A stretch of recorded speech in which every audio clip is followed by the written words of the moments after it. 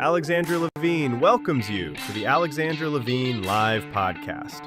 Today, we've got a packed show, from breaking news to informative topics that will keep you well informed. So, please click the subscribe button to get notified of her upcoming episodes. If you like what Alexandra talks about, then please share the Alexandra Levine Live to others. Alexandra also looks forward to your comments during this episode. Tonight's Alexandra Levine Live Podcast starts now.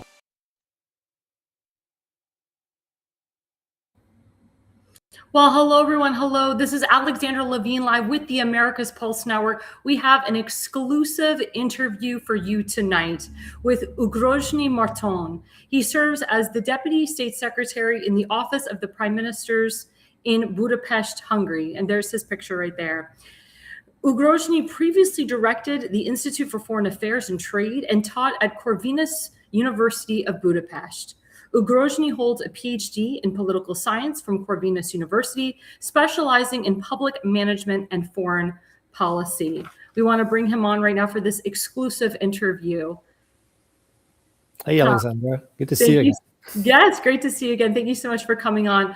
So this first segment is talking about specifically about energy independence. And I know that's one of your biggest strong suits. And that's what we kind of talked about when we met in Budapest. So the first question for you is, does Hungary rely on Russia's oil/energy supply? Well, we do and we don't. We do in a way that we've been reliant on these pipeline transit systems for the last 50 years, since Soviet times, where we used to be a satellite of the Soviet Union. So it actually made a lot of sense for the Russians to build all these pipelines, also to support their armed forces in the region. If you remember, that was before the fall of the Iron Curtain, so they had millions of people in arms in all the satellites in East Central and Eastern Europe, and obviously they had to supply them with oil and gas and everything else which you need to run an army.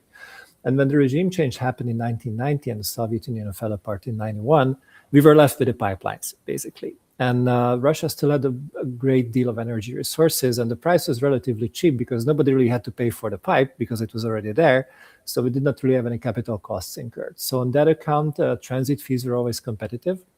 But based on the experience of the gas wars between Russia and Ukraine in 2006 and 2009, all of the Central European countries, including Hungary, started to invest in diversifying energy routes.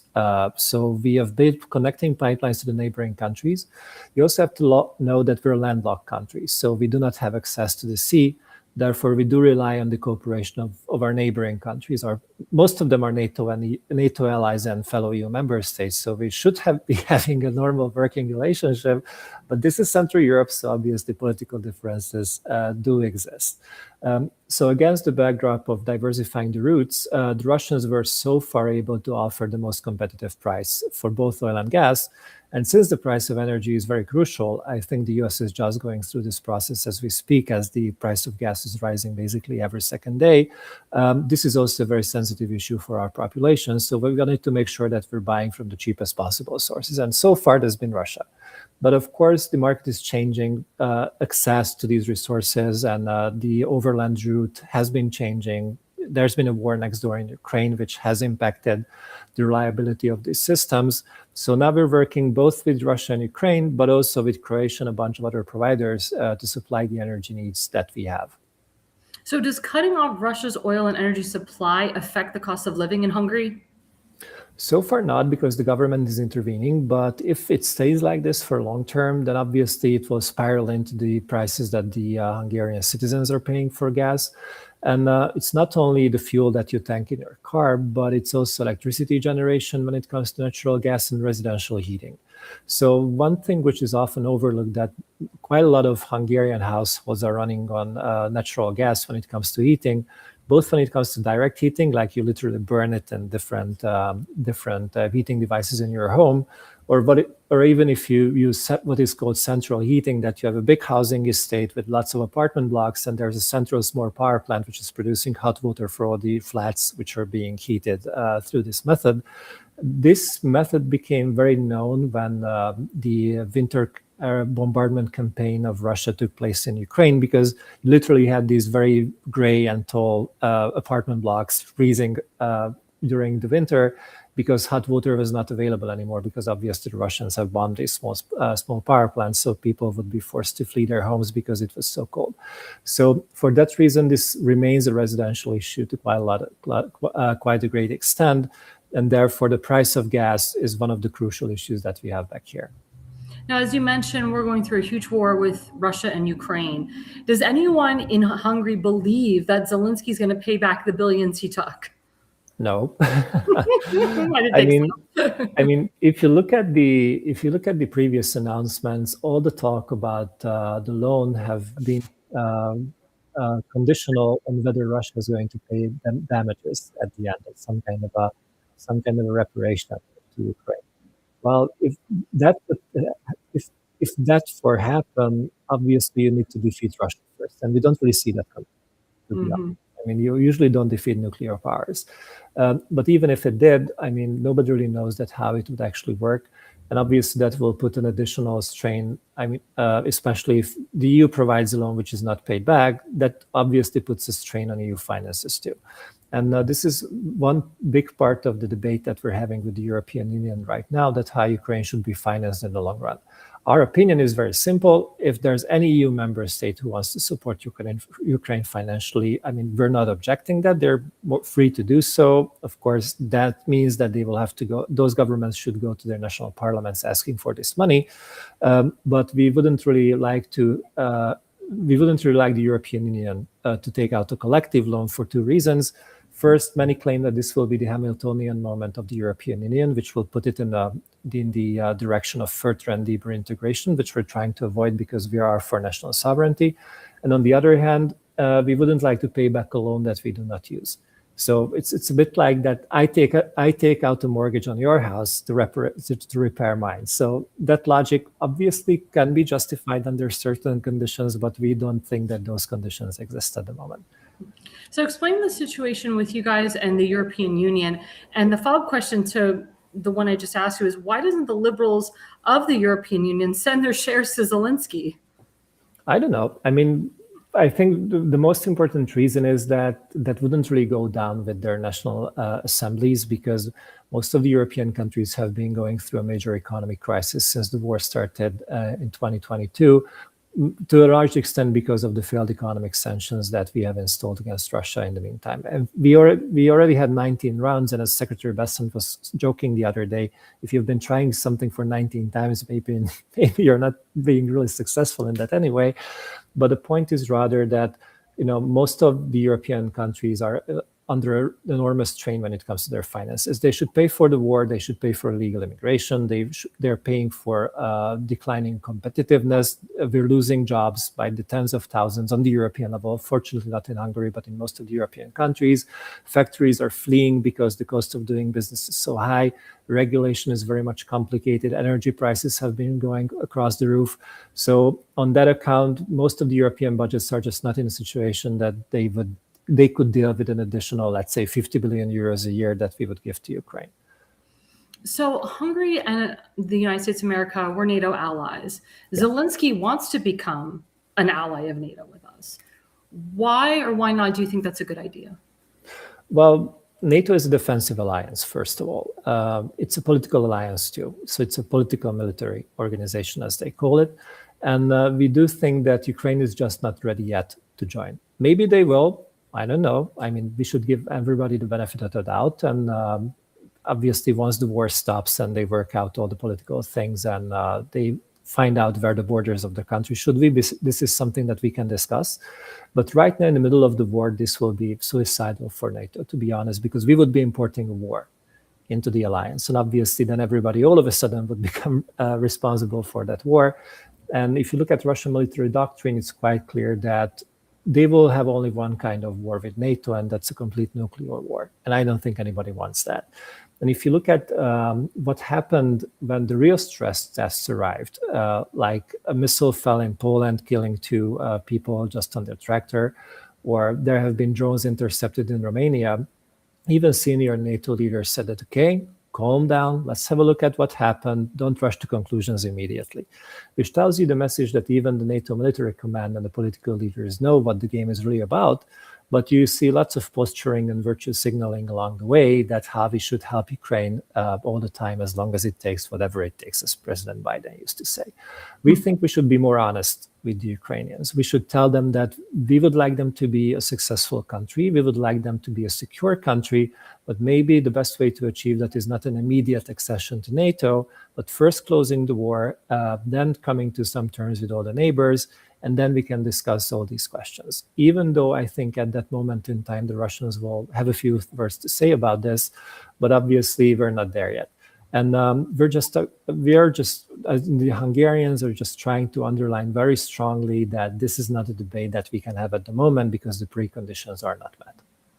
So discuss trade in your country, because when President Trump came in, he's all about putting the tariffs on countries that have literally screwed us, and he's about America first. So describe the trade situation in your country and how Hungary works with the United States in regards to trade. Most of our trade is with the European Union. Quite obviously, we're part of the single market. We're sitting in the center of Europe. Most of our neighboring countries are EU and NATO member states. And the biggest economic center we have in the neighborhood is Germany.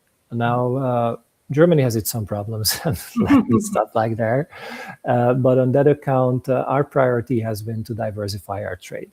The good thing is that we have doubled our trade in the last 10 years. The bad thing is that the structure is still the same. So 80% of that goes to the EU, 20% goes to everywhere else. We export more than we import. There's a slight difference, maybe 10 to 12%. And to be very honest, we do run a trade surplus against the United States too. Of course, we're just right now, we're working on balancing that. So we've been investing in American energy technology, nuclear, and possibly LNG as well. Of course, that comes down to the strained market that we have at the moment because of the war in Iran. But we signed many deals with President Trump when the Prime Minister was visiting Washington in November. And we're also started to invest in American military hardware. And obviously, we take the defense of the country and also the defense of NATO seriously. Therefore, we're completely in line with the 5-request pledge that President Trump was requesting from all the NATO allies last year. And we're more than ready to walk the walk. We've been expanding our defense industrial base. We've been spending much more on defense than we used to 10 years ago. Of course, there's quite a lot of things that we have to upgrade in our military because on one hand, we haven't been spending on that for the initial 25 years after independence because we were broke. And on the other hand, we have a war next door. So obviously, we have to draw the consequences and upgrade our military accordingly. But this is going to be a long process, and we will be spending a lot of money along the way. And looking at the quality of American technology, I think there's quite a lot of promising projects coming up there.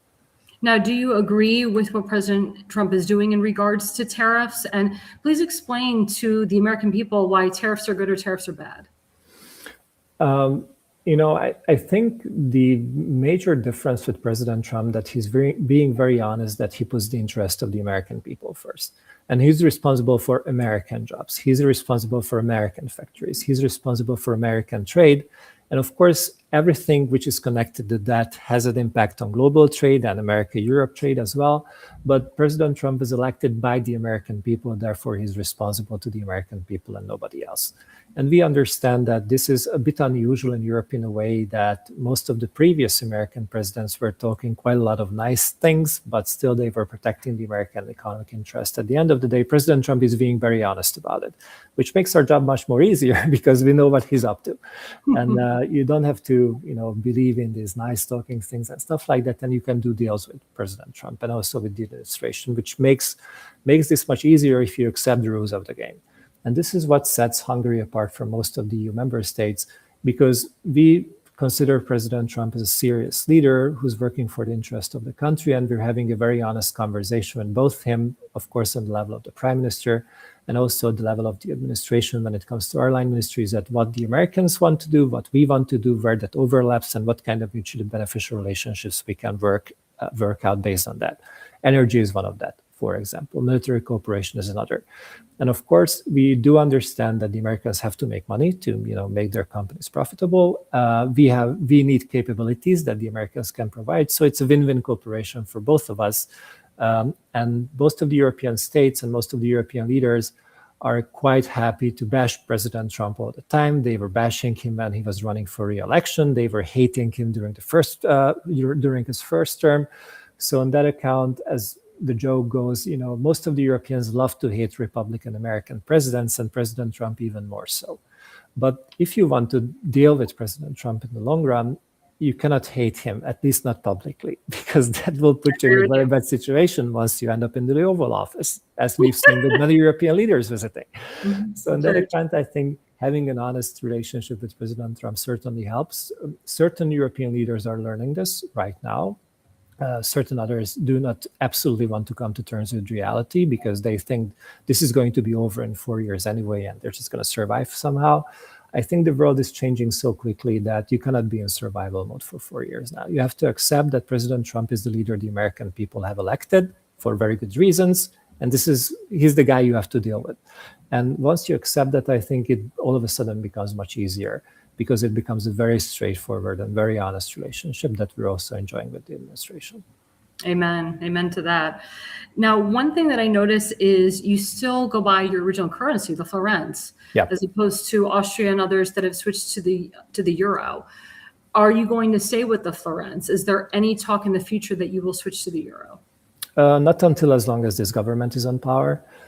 So basically what you're looking at when it comes to the Eurozone has been a very slow growth rate for the last at least 10 years. That comes from the fact that, these are quite a bunch of different countries. It's really hard to compare the German economy to the Estonian economy, for example. Even the Portuguese and the Greek economy is very much different. Therefore, if you want to have your own monetary and fiscal policy, you need national sovereignty in order to address your economic problems the most effectively on the national level. But once you adopt the euro, you just give up that power to Frankfurt, where the European Central Bank is located, and to the European Commission, which is located in Brussels, far far away from Greece and Portugal and Malta and Estonia, or Finland for that instance. We do believe that fiscal and monetary policy is one of the most crucial aspects of your national policies. It's a crucial part of your competitiveness, and being able to change the prime rate and all these tools are essential to keep your country as competitive as possible. I think it also tells a story that how the Trump administration is approaching the selection of the new Fed chair, which has a lot to do with American economic sovereignty and how competitive your country will be in the long run.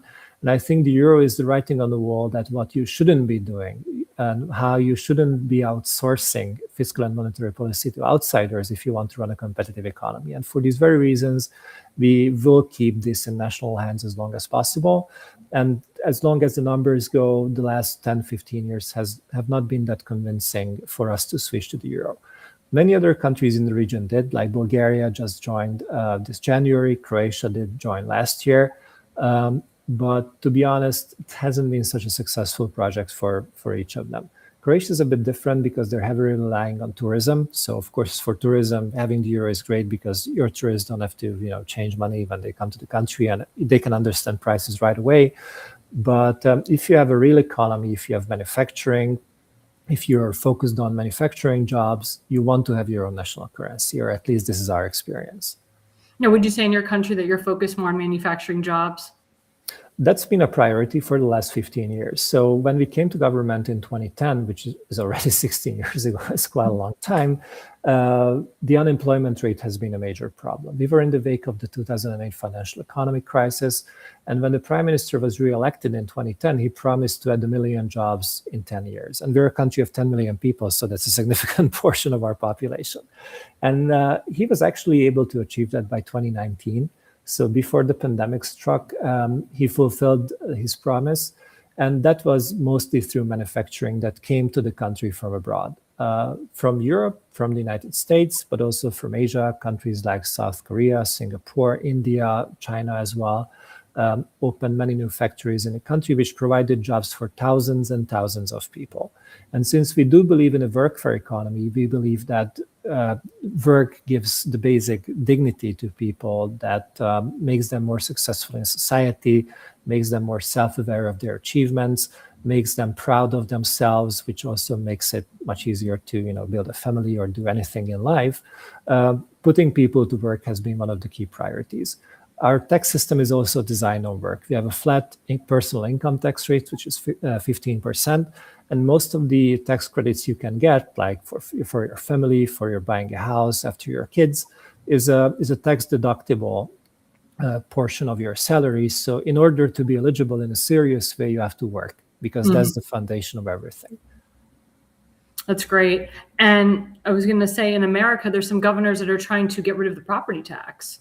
As Governor Ron DeSantis in Florida, and the new guy coming in Ohio, Vivek Ramaswamy, who's picked to win, they want to get rid of property taxes in their states. And Florida, as you know, is a state that doesn't have income tax. What is your opinion on that? We don't have a property tax, or at least for those houses and flats where somebody's living. So if you use your real estate for living purposes, you don't have to pay a property tax. Of course, if you lease it to someone or anything like that, you're supposed to be paying something. But we put a great emphasis on people owning their own houses. And obviously, if you tax that, it's a bit weird. On the other hand, we don't believe that the state should know how much your piece of real estate costs at the end of the day. Because if you have to pay property tax, somebody has to establish the value of the property that you use or that you live in. And since most of the Hungarians have been subject to state surveillance during communist times, this is a bit freaky that somebody from the state comes with a checkered paper and writes how much money your house is worth. I mean, that happened to Hungary a few times in the 20th century. It never really ended up well. So we're trying to avoid that, because the state shouldn't know how much a flat costs. And that's a basic prohibition of installing property tax. Having said that, right now, as you mentioned, we're in the middle of an election campaign. The opposition candidate is actually calling for property tax for, I think, houses worth more than $1.5 million or something like that. So obviously, once again, in order to know that which pieces of property cost more than that, you have to have a full register of all the properties in the country to be able to determine that which properties will be taxed and which won't. So I happened to actually drive through Austria, which is your neighbor, and there was a ton of windmills. And as you know, that's something that President Trump is completely against. And going to you, because you're an energy guy, did the windmills and solar panels, did they get preferential treatment and subsidies? Well, first of all, we don't really like windmills because they're ugly and unreliable, Exactly. to be very honest. So a couple of years ago, the government passed a piece of legislation which prohibited building windmills in the vicinity, like in a 5-kilometer radius of settlements, because you just look out your window and it looks bad, to be very honest. On the other hand, we were lucky with the windmills in a way that we're not a particularly windy country. We don't have high mountains. So on that account, there's not a big business case for building windmills en masse, because you cannot produce that amount of energy that would make them profitable in the long run. Solar panels are a little bit more interesting. We have quite a lot of sunshine, so it makes sense to use them. Most of the solar panels installed are on houses, so they're in residential use. So basically, you put the panels on the top of your house, and if you have some kind of an energy storage facility like an electric car or something like that, you can charge it. You can also sell it to the electricity wholesale provider, which will pay you some amount of money. But that's more about self-sufficiency when it comes to running your own small energy grid in your house or in your apartment. Of course, there have been some subsidies for that also to reduce our energy dependence on Russia. So on that account, the more solar panels we install, the less energy we'll have to import from abroad. So this comes down to the sovereignty argument to some extent as well, that if you can produce most of your energy for yourself, like the United States, you will be more freer to conduct your own foreign and domestic policies. You can control the price and so on and so forth. We're not so well endowed with natural energy sources, but we do have sunshine, at least in the summer. So having solar panels made a lot of sense. And installed capacity has grown significantly in the last 10 years. But on the other hand, of course, there are some state subsidies involved at the end of the day, but that's mostly for residential consumers. So it's not that, we pay big electricity companies to cover our fields with solar panels. Most of the funding actually goes to everyday people trying to, run their own small power plant on the top of their houses. As you know, in America, we have leftists that were pushing the Green New Deal, which President Trump calls the Green New Scam. Yeah, he's right, actually. which it is. I wholeheartedly agree with you on that. And the interesting thing is there's states such as California that want to get rid of just all regular cars that need gas and just push electronic cars permanently. What is your opinion on that? What do you think about that? Well, first of all, Would that even work? Don't do it. I mean, Europe has been experimenting with that for the last 10 years. Look at our numbers. Look at our economy. Look at the energy price. Look at how much we pay for electricity. I mean, Germany made a completely surreal political decision in the wake of the Fukushima disaster in 2011, that nuclear power plants are bad. Nobody knows why, but nuclear power plants are bad and they should be decommissioned. And they actually blew up most of their nuclear power plants after decommissioning them, and now they're surprised that they don't have cheap electricity. I mean, what you guys were expecting?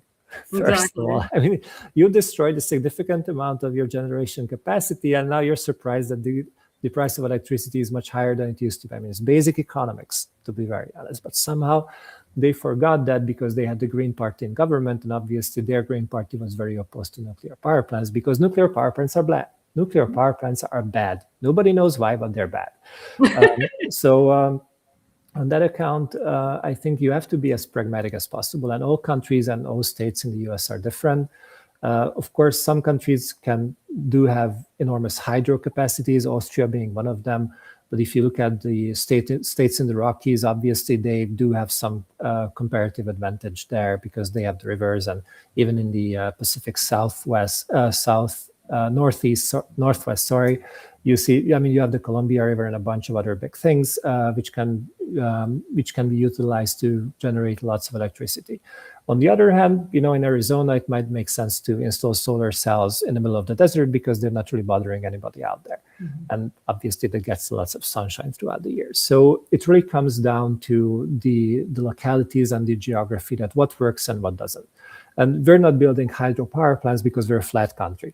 But we're experimenting with solar because we have quite a lot of solar capacity and we have quite a lot of sunshine. We do believe in nuclear. That's been one of the most competitive sources of energy that we have. We're just in the middle of building another nuclear power plant, and we are also starting a cooperation with the US when it comes to small modular reactors. So we've been actively looking at this because the price seems to be competitive, and you can operate these systems very independently from any outside factors, which is, of course, important for us because of the sovereignty argument. So on that account, we do believe that every country should have the right to set up their own energy mix. And, I wouldn't really advise the Californians to go completely green because you will need oil and gas and traditional energy sources as well. But we're certainly not going to tell them what they should do because it's up to them. It's up to their political decision makers who are accountable to the people of California, or at least presumably accountable to the people of California, to come up with those decisions that they see as the best. Exactly. So turning back into oil, so does Hungary get oil from the pipeline from Azerbaijan to Georgia? And do you know of any Shiites that are looking to blow up that pipeline? I know there was some talk about that internationally abroad. Yeah, well, the war in Iran has led to quite a lot of unexpected consequences, and the drones falling in Azerbaijan have been one of those. Of course, this is of concern to us, even though our exposure to the Caucasus is more in natural gas than in oil. So on that account, we are looking at these developments very seriously because we need all the alternative sources that we have at the moment. And Azerbaijan has been a reliable supplier, and obviously you have to transport gas from Azerbaijan to Europe. And that actually goes through both Georgia and Turkey and a bunch of other countries along the way. So anything that threatens supply is of a major concern to us. When it comes to oil, that's been shipped. If we cannot use the pipeline from Russia, then we are reliant on Croatia. And there's a port terminal in Croatia, which is the closest to us. So once we get there, we can connect to the entire global market. So of course, if the terminals in the Black Sea, but either in Russia or Georgia, gets struck or anything happens to them, which has an overall impact on global energy prices and the price of oil, just as we see it with the closure of the Strait of Hormuz, that's a major concern for us. So pipeline security is crucially important, absolutely. I mean, we're watching that, and we're in close contact with our friends in Azerbaijan to know that what's going on. On the other hand, the terminal allows us the possibility to look elsewhere as well. So for that instance, we've contracted some providers from Libya and North Africa to make up for the losses that we had because of the closure of the pipeline going back to almost 1.5 months now. Oh, wow. Oh, my gosh. Well, this has been just an awesome half hour. We are going to take a quick break. I'm here exclusively with Ugrósdy Márton, who is the Deputy State Secretary of the Office of the Prime Minister in Budapest, Hungary. Please stay with us. We will be right back after the break. America's Pulse Network. The mainstream media is bought and paid for. The truth is twisted to fit their agenda. But America is waking up. Because podcasts are the future for trusted media. Welcome to the America's Pulse Network. It is a network built by patriots that upholds the Constitution. But America's Pulse Network stands for God, truth, and the America First movement. There is no corporate propaganda, no government spin, just real news, real talk, and real voices fighting for faith, freedom, and the future of this great nation with common sense. Here are some of America's Pulse Network podcasts. Alexandra Levine Live, hosted by Alexandra Levine. Jersey Shore Podcast, hosted by Damon Galdo. The Conservative Corner, hosted by Seth Eisenberg. The New Jersey State House Watch, hosted by Jack Brangen and Constance Detzel. APN's The Pulse is moderated by either Alexandra, Damon, Elena, or Seth. Also tune into America's Pulse Network on the following social media platforms: X, Rumble, Truth Social, Parler, Facebook, YouTube, and Spotify. Join the revolution because the pulse of America beats for God and country. America's Pulse Network is for faith, family, freedom, and truth.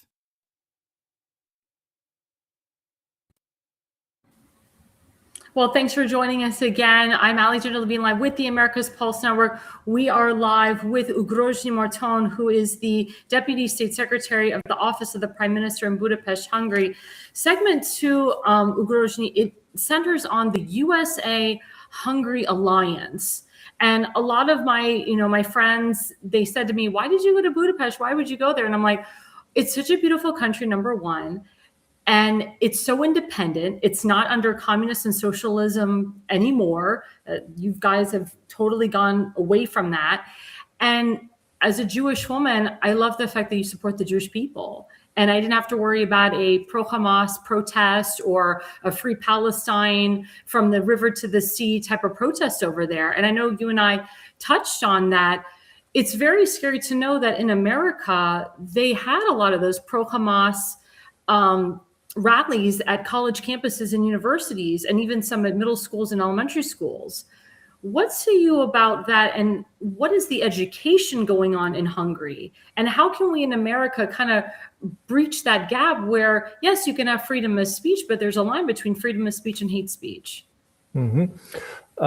First of all, last time I checked, Hamas was a terrorist organization. So Thank you. That puts the whole thing in perspective. Yes. And I think it's really weird that, young students who should be the leaders of the future and so on and so forth are openly supporting a terrorist organization which is aimed at killing an entire nation just because their people believe in a certain God and come from a different ethnic background. That's appalling to me, and I honestly do not understand that. And also, if you look at European history, you will see that Central Europe has been a very violent place over time, and each nation tried to kill the other nation at least once. And then we tried to take revenge. And, this repeated itself over and over again. And unfortunately, the last big ethnic group to suffer from that was the Jewish community during the Second World War. We've learned the lessons from that. I mean, the Hungarian state of the time, which used to be under German occupation in 1944, was complicit in the killing of at least 600,000 of our fellow citizens, which is unforgettable. And this is what forms the basic foundation of Hungary to Israel on the one hand, and also to the Jewish community that we have living here in the country. On that account, this is not something that will change, at least not until as long as this government is on power. And we remain committed in protecting our Jewish community, which also means that we're cracking down on terrorist organizations and we're banning protests and rallies which would support the killing of a nation. But it also means that we're supporting Israel on the international level in all ways possible. Just to give you an example of that, the US quit the WHO a couple months back. And we had an internal discussion in there at the time that whether we should do the same. And, one of the major arguments that came up is that, if we're going to leave, nobody's going to protect Israel there, which is a, counterintuitive argument. But, if you have a bunch of states trying to hammer like anti-Israel sentences into all the declarations that these international organizations publish, there has to be someone who stops that. And that's us most of the time, to be very honest, with a few friends from South America and elsewhere. So on that account, we do feel responsible for the fate for the future of the Jewish community. And we also have around 300,000 Hungarian Israeli dual citizens living in Israel. So the security of Israel is of crucial importance for us as well, because that comes down to our compatriots who live in that country. And of course, there's not much we can do to protect Israel physically, because we're not such a strong nation as the United States. We're a small country in the middle of Europe, 10 million people, quite a small armed force. But whatever we can do, whether it's in international organizations, whether it's in bilateral meetings, whether it's about raising this issue with our friends and allies and not so friendly countries across the world, we will do whatever we can to work with our friends in the Israeli government to keep the flag as high as possible, and also to allow the Jewish community in Hungary to flourish as much as they want to. So continuing with foreign policy, so does the Hungarian government want to see regime change in Iran? Well, this is a good question, because we do believe in democracy, and we do believe that people should be able to choose their own government. The answer to that is that if the people of Iran think that there should be a government, they support it, of course we will support that. I mean, our basic policy ever since this government came to power in 2010 was that we really leave this decision with the people of those countries, because who are we to tell them that what kind of government they should have?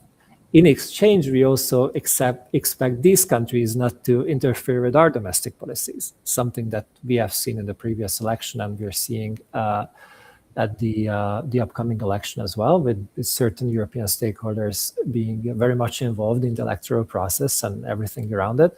But we do think that the fundamental concept of sovereignty is that you have a nation, a community of people, and they are supposed to elect and select the government that they want to live in. We've seen the riots in Iran in January. Of course, they were very concerning, and we've heard loss of life at a very large scale.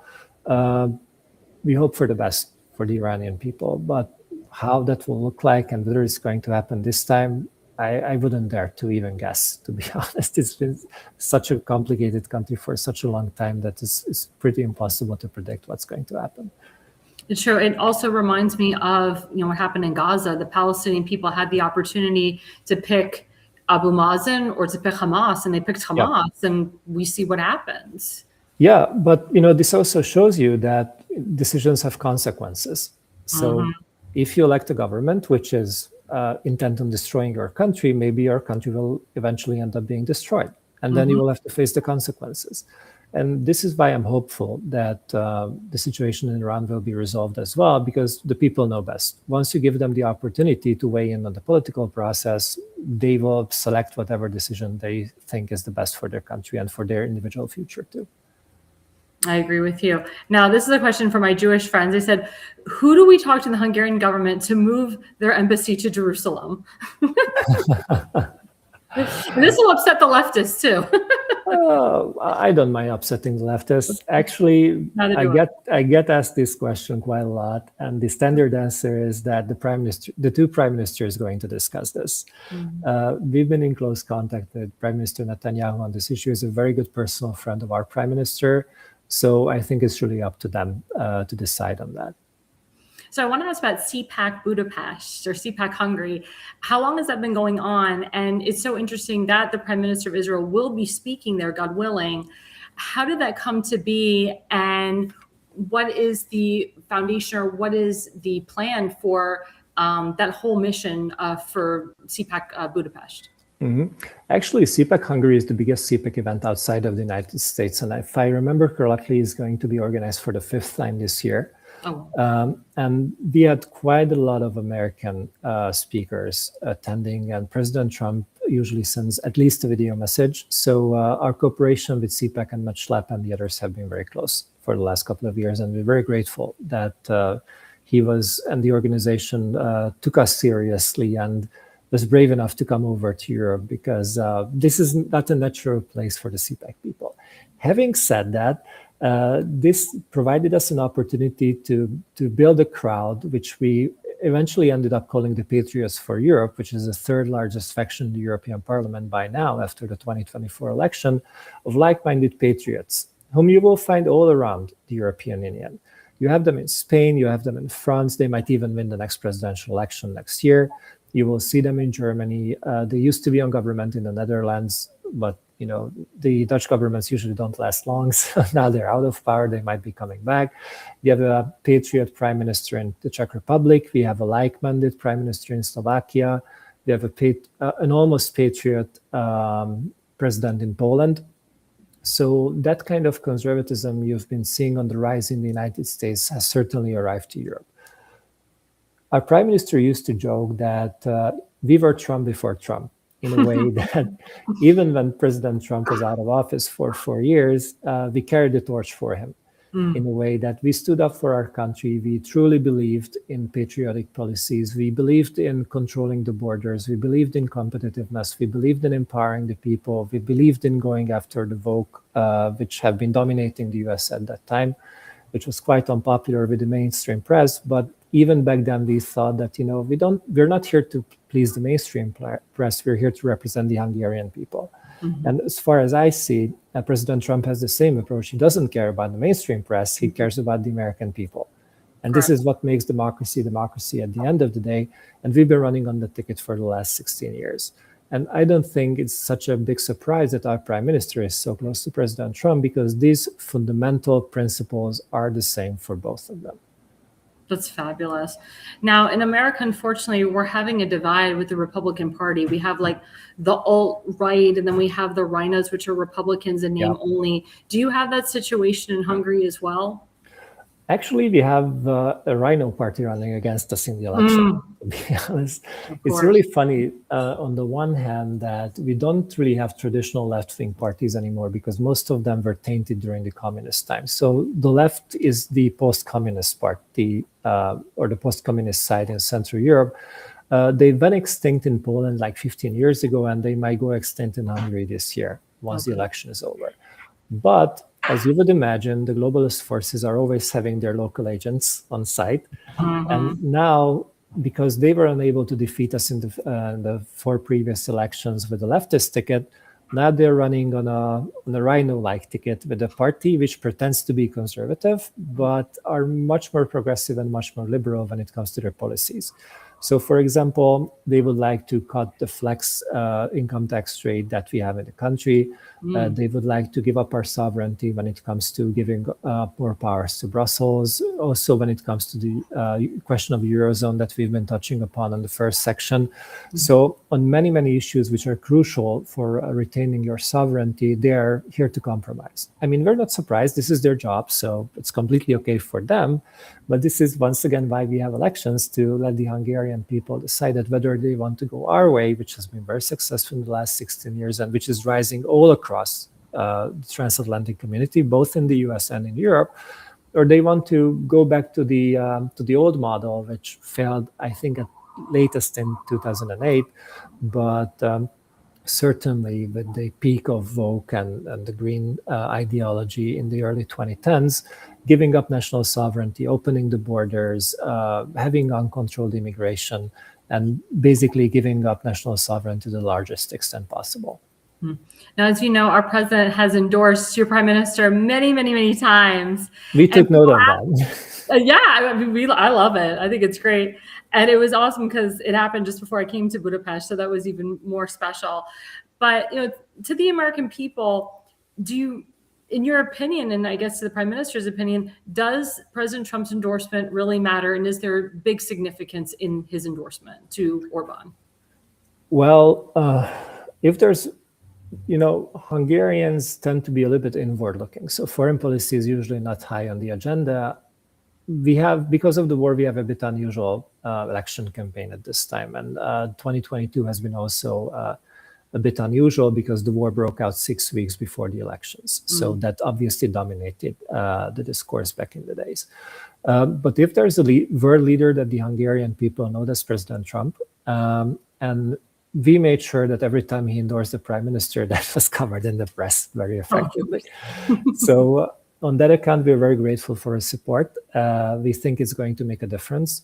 And we're also very grateful to every single member of the US administration, including Secretary Rubio, who took the time to come and visit us since the Trump administration came back. And it was inaugurated almost a little bit more than a year ago in January 2025. So we expect this relationship to continue. But what is even more important, the economic relationship is also doing very well. Just to give you an example, America First is about bringing American investments to the United States for very good reasons.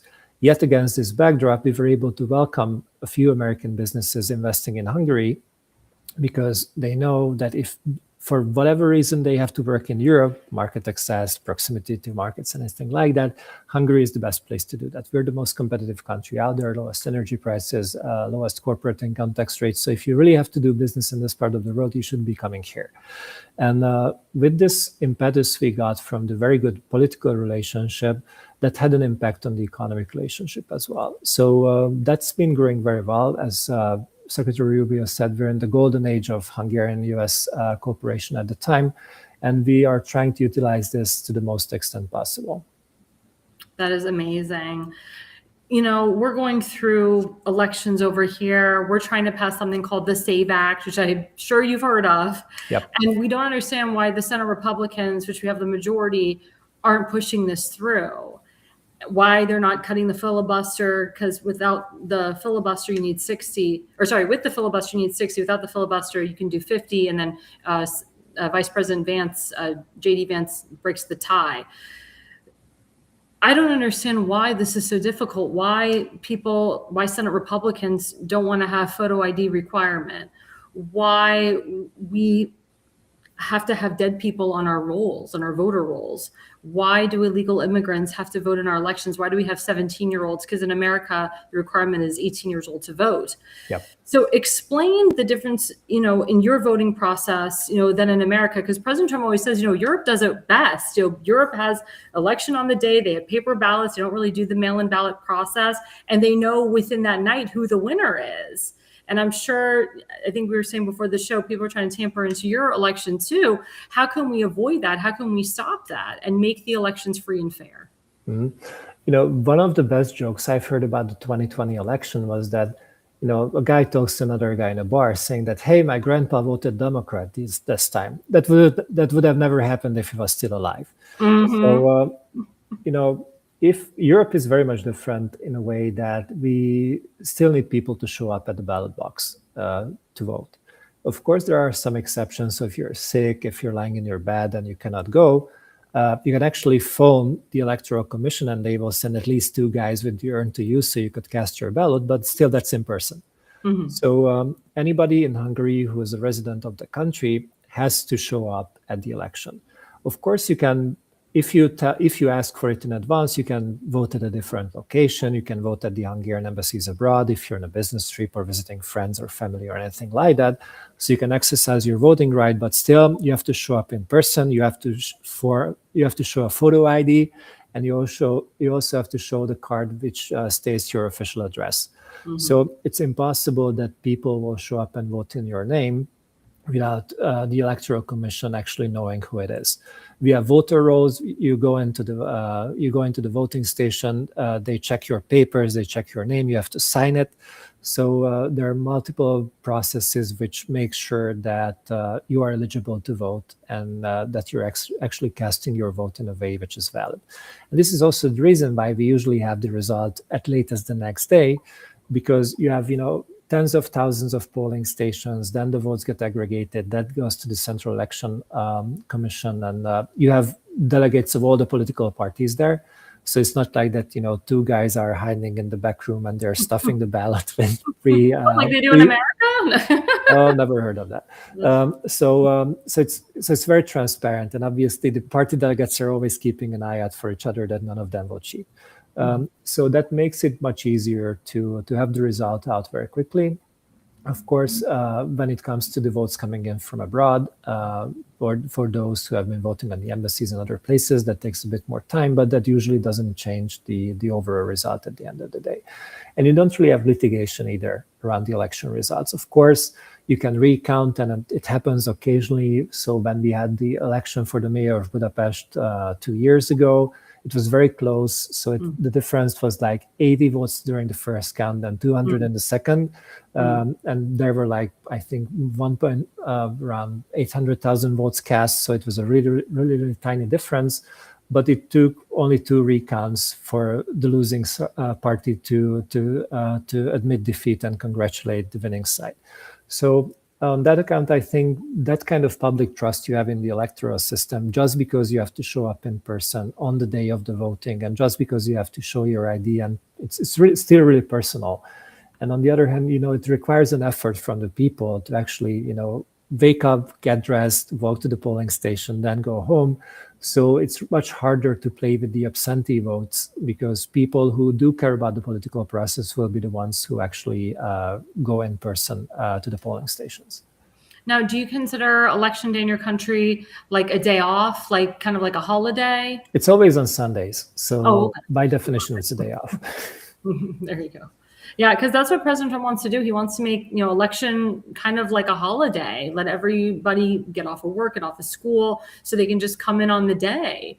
But again, these Senate Republicans, for some reason, they just feel that they have to keep the system as it is, and states have to have mail-in ballots. And it's mostly the liberal states that make a difference, or Rust Belt states that President Trump needed to win in 2020 or 2016. And again, this is about the way of the future. And I think you said, if God forbid we go back to a Democrat president, like a Joe Biden type, oh my gosh, I mean, it would be horrible for our country. It would be horrible for our country to work with you guys, because, I mean, you were there under Biden. I mean, oh my God. Well, it was not the best of times in our bilateral It was not the best of times. I don't even think you were talking to Biden. You were talking to somebody else. We did not really have quite a lot of high-level meetings back in those days, but we also had the pandemic for 2 years, so that helped us a little bit. Thank God. Oh my gosh. So another thing people really asked me about, and this was interesting. So I can tell you, if God forbid President Trump didn't win the presidency, your country was a country that my parents and I were thinking of moving to permanently, to be honest with you. Because you go by. You're welcome anytime, by the way. Oh, you're so sweet. You're so sweet. So describe the cost of living in Hungary, because when I was in Budapest, there are a lot of Israelis that have moved there, or they have businesses there or homes there. And I think there are people, I think, as you said, they live like maybe part-time in Budapest and they live in America or other places. So describe, that process. So basically, there are 2 ways to come here. First is that if you can prove that you have some kind of a Hungarian origin, like 4th, 5th generation Hungarian, your grandparent used to live here like in the mid 1800s, then you can apply for Hungarian citizenship. Of course, you have to have the paperwork, but it's an easier process because, we have millions and millions of Hungarians living outside of the country because of history. And we would like to reconnect with them. We also have a special program for young Hungarian and some ones like Hungarian Americans, Hungarian Canadians, Hungarian Australians, whatever, so they could get a fully funded university scholarship to come here and study. Worst case scenario, they stay here. Best case scenario, they go back and they organize the Hungarian community at the place where they live. But this is something that we introduced a few years back because we want to reconnect with anybody who has any kind of a Hungarian connection, because this is how our nation is going to survive in the long run. So that's one way. That's the easy track. The other way is that, going through the legal immigration process, if you will. So you find a job here, you get a sponsorship letter, and you go through the application process, and then you will get a residence permit, and then you can get started in life. And at a certain point in time, you can pass your citizenship exam, which is quite hard because you also have to learn the language. So on that account, it's a regulated process. But they're more focused on those who do have the Hungarian touch around the world. Now, how long would it take, let's say, for example, an American to become a Hungarian citizen? How long is that process? I would say that, if you can find a job here and someone who can sponsor you, you can move here immediately. To get citizenship, 5 to 10 years, I would say. Yeah, and I mean, that's standard. I think it's great. As we're not so much for naturalizing completely unknown people in 2 days, because if there's a lesson from the illegal immigration wave that hit Europe in 2015, is that if you just throw your borders open, welcome, quote unquote, people with different cultural backgrounds, different social standards en masse, that doesn't lead to anything good, to be honest. We are very, very careful with this. No, it's good. And I was reading that Hungary is one of the strongest countries in regards to keeping your borders closed, but also heavily vetting the people that want to come across your border. And that was such a big thing, with the Trump administration, the first time, even now, is closing of the borders. But of course, you have the Democrats that want open borders. They want illegal immigrants. And I guess they feel that's the only way they can win elections. Why do you think in some countries they support illegal immigration over legal immigration? First of all, the election part. I honestly do not understand that how non-citizens get to vote. Voting is about making a common collective decision within the community that where you guys want to go in the next 4 years. And by definition, members of the community get a say that where that community will go. Not the outsiders, not the press, not a foreign country, but the members of that specific community. In order to be eligible, you have to be a citizen. And this is how our election system works. You have to be a Hungarian citizen in order to be eligible to vote. Of course, local elections are different because of EU regulations. So if there's a Spanish citizen of another EU member state living here, he can get to vote on the mayor and the city council and stuff like that, and it makes sense. But national elections are only open for the nationals of the country. Full stop. No more questions asked. But when it comes to illegal immigration, I think it's a morally very dangerous thing, because the ultimate motivation is economic, that you need cheap labor. But in order to get that cheap labor, you expose all those people trying to cross illegally to the United States and Europe. Horrible, horrible conditions, exposure to violent crime, organized crime, you name it. Walking across the Mexican desert, like 150 degrees in the summer, no shade, nothing, just for the promise of, maybe you will cross the border. And as I look at the reports, horrible, horrible things are happening to those people who are trying to make the crossing. And I really don't want to go details about that. So I think it's completely unfair to make a promise to these people that, if you put your life at danger, if you pay thousands of dollars to organized crimes groups, you might enter the United States illegally, where you will also have to hide for the next 20 years until you might get legalized or not, but nobody knows. Exactly. And yet, on the other hand, if you need skilled labor, there's a structured way to do that. That's providing working visas for these people on a temporary basis after the necessary vetting process. Correct. So it's not that, you have random people showing up at your border, but you might eventually be able to select those, 5,000 IT engineers that you need for your economy. And this is what we are doing. We're completely intolerant of illegal immigration, so the border remains stopped. But if we need people with a specific skill set, we are trying to find them across the world. But once again, that's a structured legal process. It takes time, it takes vetting, lots of other factors are being taken into account. And surprise, surprise, we don't have terrorist attacks in our country. Thank God. Whereas Germany does, or France does. I don't know if you've been, I haven't been to Paris recently, but I haven't been there in years. But they say it has changed a lot. And if you look at the history of violent terrorist attacks in France for the last 10 years, that didn't came out of nothing, to be honest. And we do know that, I think it was 2015 or 2016 when you had the Bataclan shooting, like more than 100 people dead, and so on and so forth. And we do know that one of the major perpetrators have been an illegal immigrant coming to Europe. He actually passed through our country, but since we were unable to fingerprint them or anything, nobody ever knew that that guy came into the EU, and look what happened. Mm-hmm. So I honestly do not understand why countries are giving up the right to control that who comes in and who gets out. I mean, it's completely nonsensical to me. Even if you go back to the Greek idea of the state, like the city-state, you have the walls, and you get to say that who comes in and who goes out. Simple as that.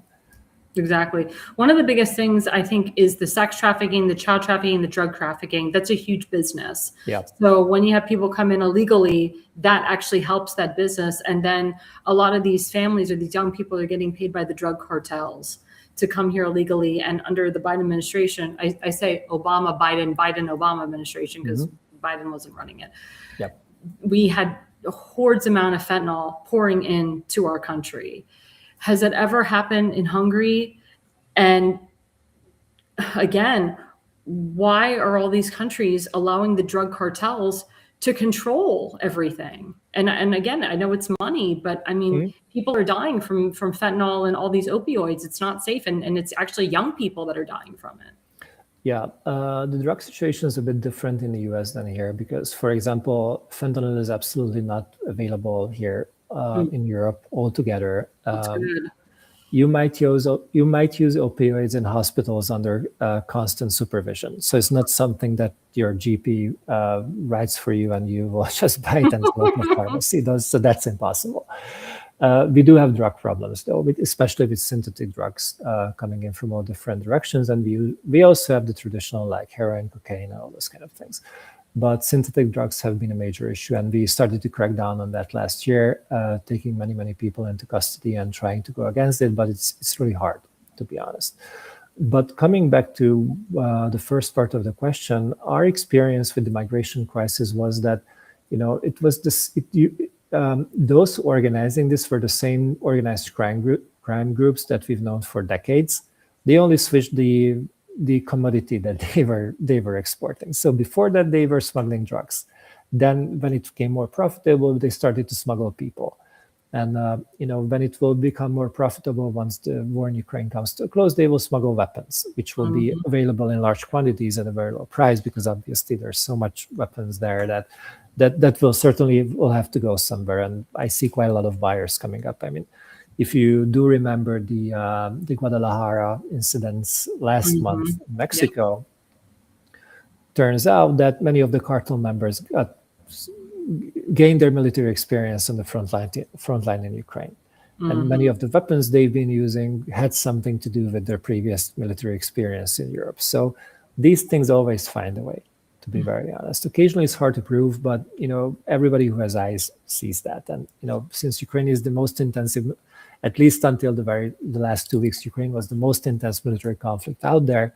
And there have been records of Latin American volunteers, quote unquote, participating in the fights. I mean, you can put the puzzle together very easily. So I think this is very dangerous. And on the one hand, has a lot to do with organized crime in general, which we have to fight, and it's transnational, so we have to fight it together. But it also has a lot to do with, drug abuse and the availability of all these substances, which are very detrimental to society. So you also have to fight that at the same time. So maybe you've seen this in America because you're so learned. You see congressmen, senators that are fighting against ICE agents. And ICE, is connected to DHS, and they're there to help Americans, support Americans, get rid of illegal criminals, get them out of our country, and also get rid of the drug cartels. Explain, you're coming from that European perspective, and you're seeing this. Would that ever happen in Hungary? Have you ever seen that, where lawmakers are actually going against important and federal law enforcement agents to protect their citizens? We occasionally have protests around the parliament when I wouldn't say this happens, because it happens on a much more benign scale. I would say that. So let's say you have a fence around a certain building and they're trying to dismantle it, and obviously the police will come and they will try to keep the fence as much as they can. But we at least our police doesn't resort to violence to that extent, because one of the defining experiences of this government were the riots in 2006, when we were in opposition, and our MPs were shot at by tear gas and rubber bullets on the streets as they were protesting the government. So we made a strategic decision that we will never allow this to happen again. And people can demonstrate against whomever they want, not for Hamas, but against whoever they want. And then police will make sure that it's safe. But obviously, there are certain laws that everybody has to follow, and those who do not follow the laws will get arrested. Simple as that. I honestly do not understand that, why American lawmakers are fighting the federal law enforcement agencies. And I even don't get the idea that you might like the police or not, but they are there to provide law and order. And law and order is the foundation of every society. And as much as I used to laugh at these defund the police initiatives, which popped up in Portland, Oregon, and a bunch of other places, the experience has been that defund the police as long as nobody's trying to break into my house, because then I need to call the police to get the whole thing under control. So these things might look very nice on paper, but they never work in practice. And on the other hand, going after illegal immigrants, the most important part of that is illegal. The very fact that he's in that country is that he violated US law. Why you're endorsing those people? I mean, not you, obviously, but why there are people out there who say that it's completely okay to enter the country illegally and you will be fine and nobody will bother you. I mean, your whole relationship with the United States started by breaking the rules. That doesn't make any sense. Exactly. And it's sad because, again, these are lawmakers. These are people that, we the people elect to put in. And obviously that's not what we support. So that's why I find so asinine that these lawmakers, I guess, they just get into office and they do whatever they want and they really don't care about the people's voice. And that's very, very scary. Yeah. On the one hand, democracy should be about keeping politicians accountable. So I think at the end of the day, it's really up to the constituencies that what kind of leaders they vote for. I don't have anything to say on that because I'm not a US citizen. It's none of my business which kind of political leaders these people elect. But, from the sovereignty point of view, once again, decisions have consequences. And, if most of the people think that, the government is not taking the country in the direction which is good for them, happened to, Pennsylvania in 2016, that they flipped from blue to red, that will have consequences too. Exactly. So we just have two more questions left. So one question is, explain why Hungary's strategy is sometimes called, quote, hedging between East and West in regards to Prime Minister Orbán's foreign policy. We have the foreign policy of connectivity, which means that we're trying to work with everybody who's beneficial for Hungary. And curiously enough, because everybody thought that this wouldn't really go down well with the Trump administration, when Secretary Rubio came here about a month ago, he said that, we're also trading with China, so we're not criticizing you for trading with China. So our foreign policy is based on the national interest, full stop. So whoever brings something of an added value to Hungary, we will welcome them, whether he or she comes from the East or the West or North or South. If we benefit from that relationship, we will support it. Of course, we're aware of the requirements we're facing as NATO and EU members, so we will never threaten the security of our friends and allies. But apart from that, we're going to trade with whomever is interested in trading with us, as long as it's good for the country. Awesome. And the final question is, when is the Prime Minister's re-election? It's in, let's say, we are 31 days out, so it's April the 12th.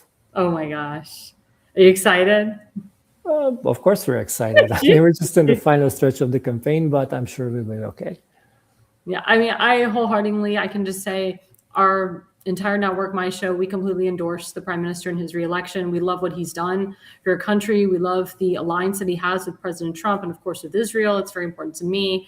And I wholeheartedly feel that he will get re-elected with flying colors. I really do.